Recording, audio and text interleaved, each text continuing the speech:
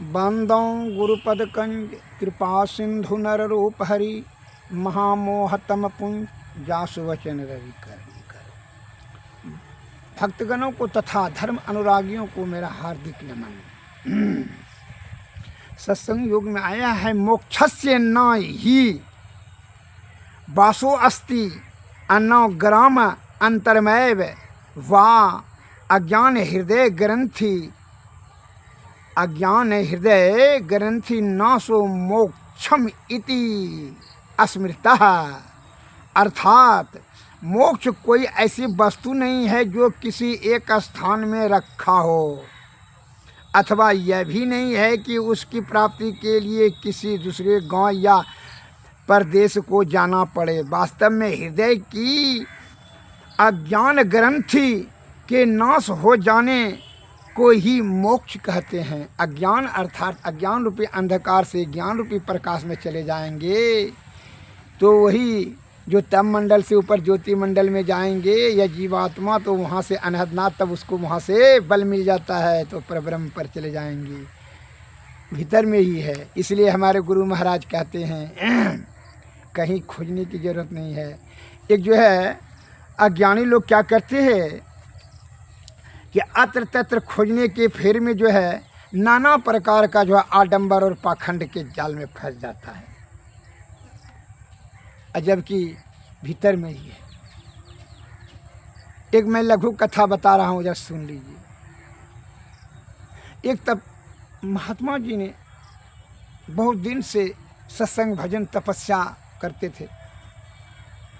बड़ी भोजन पानी में बड़ा कष्ट होता था, फिर भी वह सहन करते हुए सत्संग भजन इत्यादि ईश्वर प्राप्ति करने के बारे में हमेशा सदैव वो तत्पर थे। तो माता लक्ष्मी जी की कृपा हुई कि चलो भाई, उनको दया आई तो उन्होंने महात्मा जी के पास आकर के बोली, महात्मा जी आपको धन की आवश्यकता होगी। क्योंकि हमको तो धन का कोई ज़रूरत नहीं है। क्योंकि मैंने फिर भी रख लीजिए, यह जो है ना, एक पत्थर देते हुए बोलिए कि जबकि धन का ज़रूरत होगा ना महात्मा जी, हाँ, तो इसको जो है ना पत्थर में लोहा में सटा दीजिएगा, सोना हो जाएगा, पारस मणि है। क्योंकि नहीं, इसका कोई ज़रूरी नहीं है, ये तो हमारे लिए खतरे होगा। क्योंकि नहीं, रख लीजिए ना, जब ज़रूरत होगा तो धन का लोहा में सटा के सोना बना लीजिएगा, बेच करके जो है खाने पीने का साधन व्यवस्था कर लीजिएगा, मकान उकान ही बनवा लीजिएगा और वहीं में तपस्या ध्यान कीजिए। काम को तो ज़रूरत नहीं है, लेकिन जब आप मांगता है तो इतना अनुग्रह करते हैं तो आपका इच्छा ठीक है। तो वह जो है महात्मा जी के झोला में रख करके अर्थात दे करके चली गई। महात्मा जी ने उसका प्रयोग कभी नहीं किया। कहे वो तो पूर्ण रूपेण से वह ब्रह्म की प्राप्ति की ही ओर खोजते थे। इसको तो चाह गई चिंता मिटी, मिटा मन का फेर, जिनको कछु न चाहिए वह साहुन का। उनको तो कुछ चाह ही नहीं था, वो तो ब्रह्म की ही केवल जो है में लीन रहते थे। तो उनका प्रयोग नहीं किया पारसमणि का। लेकिन इस बात की जो है जानकारी गांव गिराम में हो गया, तो एक लुचवा को जानकारी हो गया इस बात का। तो लुचवा ने षड्यंत्र किया कि जो है ना किसी प्रकार जो महात्मा जी जो पारसमणि पत्थर जो कि लोहा में सटाता सोना हो जाता है, उसको कैसे लें, वह षड्यंत्र करके बुद्धि लगाया। उसने आकर के महात्मा जी कहता, प्रणाम महात्मा जी, प्रणाम। हाँ खुश रहो, क्या बच्चा, क्या बात है। क्योंकि महात्मा जी अब हम भी सत्संग भजन करेंगे, आपका हम चेला बनेंगे, आप हमको जो है शिष्य बना लीजिए, आप ही का सेवा करेंगे। तो ठीक है, जब कोई बात नहीं है, चलो भाई रह जाओ, जो आपका इच्छा है सत्संग भजन करने का, जब आपका इच्छा है तो हम क्या रोकेंगे। अच्छी तो उत्तम इच्छा है जी महात्मा जी, आपका कृपा पाने के लिए आपका सेवा में ही हम अपना जीवन बिताएंगे। तो जो है कहा ठीक है। तो महात्मा जी जो है उसको आदेश दे दिया। महात्मा जी का बड़ा भोजन पानी बनाया, खाना पीना खा करके कहा ठीक है सो जाओ। जो एवं प्रकार से जब हुआ तो खाना पीना खा करके तैयार हुए, महात्मा जी ने कहा बच्चा तू सो जाओ, अभी तो हम ध्यान भजन करेंगे। तो वह जो है 2 घंटा जिसको लोभी को, कामी को, चोर को और क्रोधी को, अचिंता तुर है जो दरिद्रता रूपी जो है दलदल में फंसा हुआ है, अर्थात तो भोगी को नींद नहीं आता है। वो तो लोभाकृष्ट था कि जो है उसके मन में तो यह विचार चल रहा था कि वह पारसमणि पत्थर लेंगे और 9 2 11 हो जाएंगे।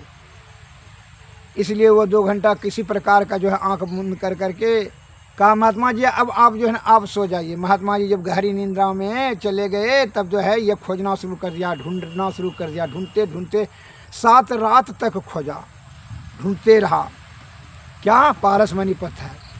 महात्मा जी का आकेट पाकेट जाकेट झोला कम्बल कमंडल मकान सब जो है ना, सब झोपड़ी चारों बगल हर जगह खोजा, बक्सा बक्सा झोला झंटी सब। महात्मा जी का जो है जो रात भर जो है ना उसको जो है ना लुंगी धोती सब जो है जैकेट पॉकेट भी सब हर जगह खोजा। खोजते खोजते 7 रात तक जो खोज करके हैरान हो गया तो महात्मा जी वो लुचवा कहता है कि महात्मा जी एक बात पूछें? क्योंकि हाँ पूछो ना, तो हम जानबे करते हैं तुम कितना बड़ा होशियार हो और तुम किस लिए यहाँ आए हो, तो हम जान ही रहे हैं, लेकिन तू अपने मुँह से पूछो।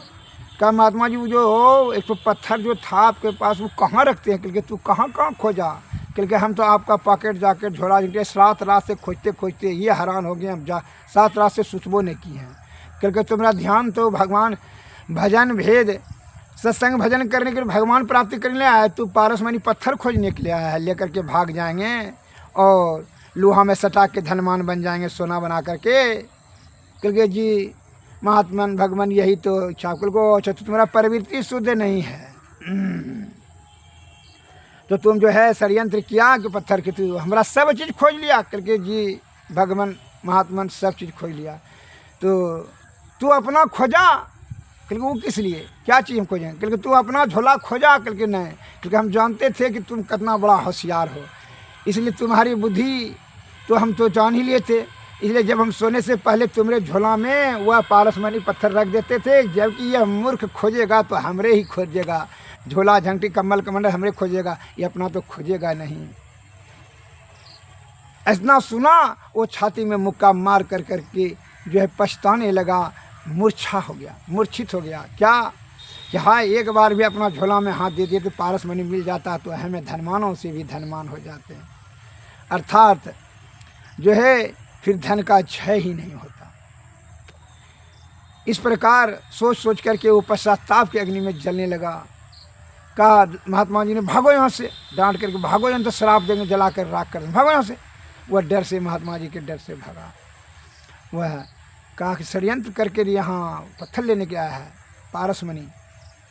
उसी प्रकार जो है मनुष्य की जो छोटा बुद्धि वाले का विषय में अनुरक्त होकर के क्या करते हैं, अपने कीमती आयु को गंवा देता है और छल कपट परपन से सोचता है कि जो है कि कामनी कंचन सुरा सुंदरी मकान दुकान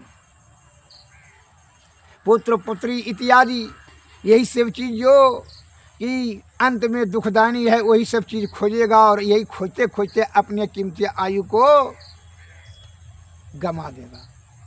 इसलिए हमारे गुरु महाराज ने कहा है कि अरे अंदर में ही खोजो, बाहर खोजने की ज़रूरत नहीं है, आप भीतर में ही खोजो। हमारे संत वाणी में एक शब्द आया है, इसको जरा श्रवण करें। बिन सत गुरु नर रहत भुलाना, खोजत फिरत राह नहीं जाना, के हर सुत ले आयो गड़रिया, पाल पोस उनकी न शयाना, करतक कोल रहत यन संग, अपने मर्म नहु नहीं जाना, कि हरई का जंगल से आयो, ताही देख बहुते ऋषियानो। बिन सतगुरु नर रहत भुलानो, खोजत फिरत राह नहीं जाना। पकड़ी के भेद तुरत समुझाए, आपने दशा देख मुस्काना। जैसे कुरंग विच वसत वसाना, खोजत फिरत चौगाना। कर उपवास मने में देखे, यही सुगंधि धो कहाँ वसाना। हृदय विचल गन लगी है, चक्यो रूप नहीं जात बखाना। कहे कबीर सुनो भाई साधो, उलटिया पुमैया पुषमाना। दूसरे पॉइंट में ये बताते हैं सरल भाषा में, अपने घट में घट दिया न बारू रे, नाम का तेल सूरत है के बाती। ब्रह्म अग्नि उदगारू रे, जगमग जगमग ज्योत निहारो। मंदिर में तन मन धन सब वारू रे, झूठी जान जगत की आशो। बारंबार बिसराऊ रे, कहे कबीर सुनो भाई साधु। बापन काज संवारू रे। अर्थात घट के भीतर में ही ईश्वर है, और मन जो है अत्र तत्र भटका करके यह जीवात्मा को परमात्मा में से नहीं मिला सकते हैं। जिससे कि मन के बहकावे में अहंकार के अंतराधीन होकर करके जो है यह रूप रस गंध शब्द स्पर्श यह विषय के महापंख में जीवात्मा को जो है आप फंसा देते हैं और अपनी कीमती आयु को गंवा देते हैं। इस प्रकार करना कोई अक्लमंदी नहीं है। अतः शुद्ध चित आत्मा से ईश्वर प्राप्ति करने के बारे में सदैव यत्न करें, क्योंकि इसलिए कि यह तन कर फल विषय अनुभाई, स्वर्ग में अल्प अल्प दुखदाई। यह तन से केवल विषय भोग के लिए नहीं बनाया गया है। ये जो है ईश्वर का भी सुख को परित्याग कर करके ब्रह्म प्राप्ति करने के बारे में ही यत्न करें।